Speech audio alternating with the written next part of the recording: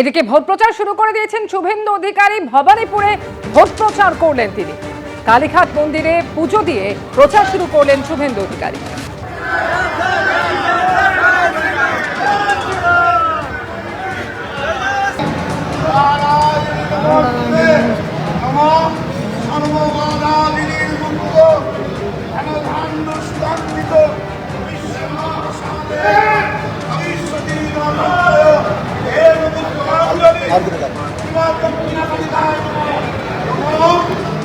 সব জনতা জনার্দন আমি সাগরজির বাড়ি থেকে শুরু করেছিলাম, তার আগে মাকে দর্শন করেছি কালীঘাটে। নমস্কার নমস্কার। এটা বিজেপি জিতবে, নিশ্চিন্তে থাকুন। মাননীয় মুখ্যমন্ত্রী মেটিয়া বুরুজে যান, এখানে সুযোগ হবে না। আজ থেকেই ভোটের প্রচার শুরু করতে চলেছেন তৃণমূল নেত্রী। আর তার আগে গতকাল রেড রোডে ঈদ পালনের মঞ্চ থেকে প্রধানমন্ত্রীকে নিশানা করলেন তিনি। আপনি সবচেয়ে বড় অনুপ্রবেশকারী। প্রধানমন্ত্রীর সমালোচনায় সরব মমতা বন্দ্যোপাধ্যায়। এসআইআর নিয়েও কেন্দ্রকে নিশানা করেছেন তৃণমূল নেত্রী।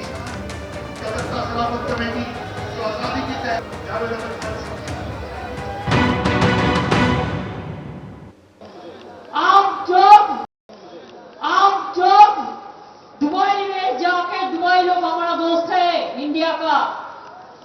आप जब उधर में जाके पूरा दस्ती मिलाता है, गला मिलाता है, तब आपका असर नहीं पड़ते हैं। वो हिंदू ना मुसलमान है और इंडिया आके आप भूल जाता है।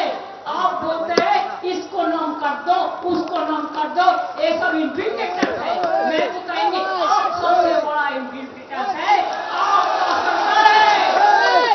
जो डरते हैं वो मरते हैं, जो लड़ते हैं वो जिंदगी में कामयाब होता है। सबको देख दिया, सबको भेज दिया और कहता मकान भी छोड़ दो।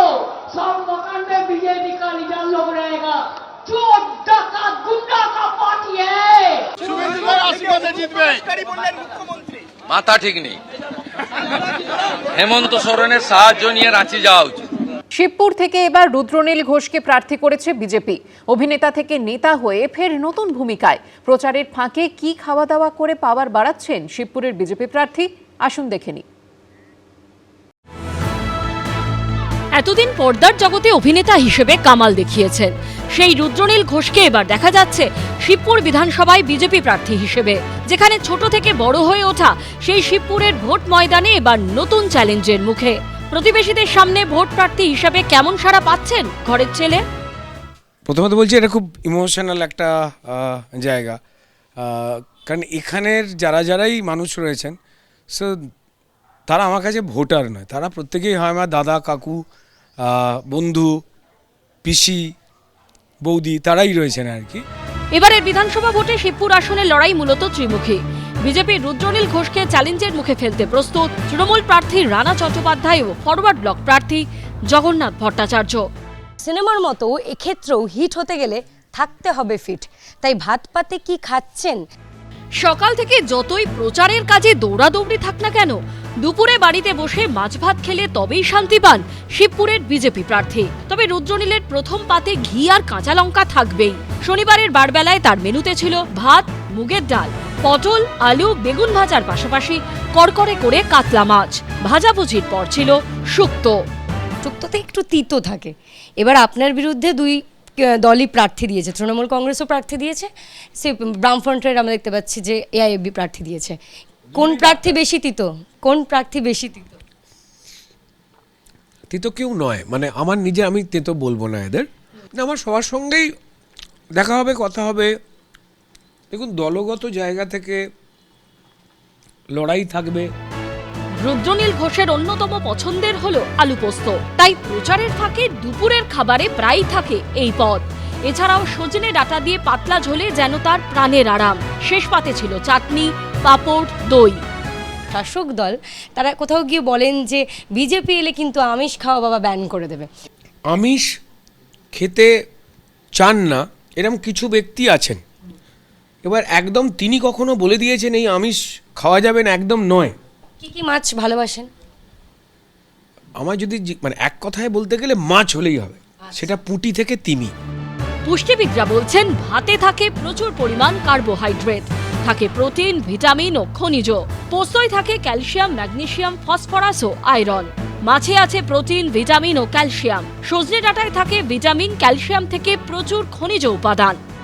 এত সাজিয়ে গুছিয়ে আমরা দেখি সচরাচর আইবুড়ো ভাতও খাওয়া হয়। তো আইবুড়ো ভাত খেয়ে এই যে এরকম একটা পেট পুজো করে যেমন বিধানসভায় লড়াই দেওয়া হচ্ছে, বিধায়ক হওয়ার প্রস্তুতি হচ্ছে, তেমন কি তাহলে বলা যেতে পারে যে বিধানসভা হয়ে গেলেই ছাদনাতলা? আমার ছাতনাতলার প্রতি আন্তরিক সমর্থন আছে। ওদিকে কি মিষ্টি খাওয়াবে? খাওয়ালে কোন মিষ্টি খাওয়াবে? দই দই কি দই খাওয়াবে? অবশ্যই লাল দই, একটু হালকা মাথাটাকে এতে মোটা যেটা সর পড়ে সেইটাকে দিয়ে পরিষ্কার আমাদের প্রিয় নেতাকে, আমাদের প্রিয় প্রধানমন্ত্রীকে দিয়ে বলবো যে খাকে দেখিয়ে। ভোটের দিন ঘোষণা হয়ে গেছে, সকাল থেকে সন্ধে এখন শুধু প্রচার প্রচার আর প্রচার। এই সময় শরীর সুস্থ রাখতে পারাটাই বড় চ্যালেঞ্জ বিজেপি প্রার্থী রুদ্রনীল ঘোষের কাছে। ঐশী মুখোপাধ্যায়, এবিপি আনন্দ। এবিপি আনন্দ, এগিয়ে থাকে, এগিয়ে রাখে।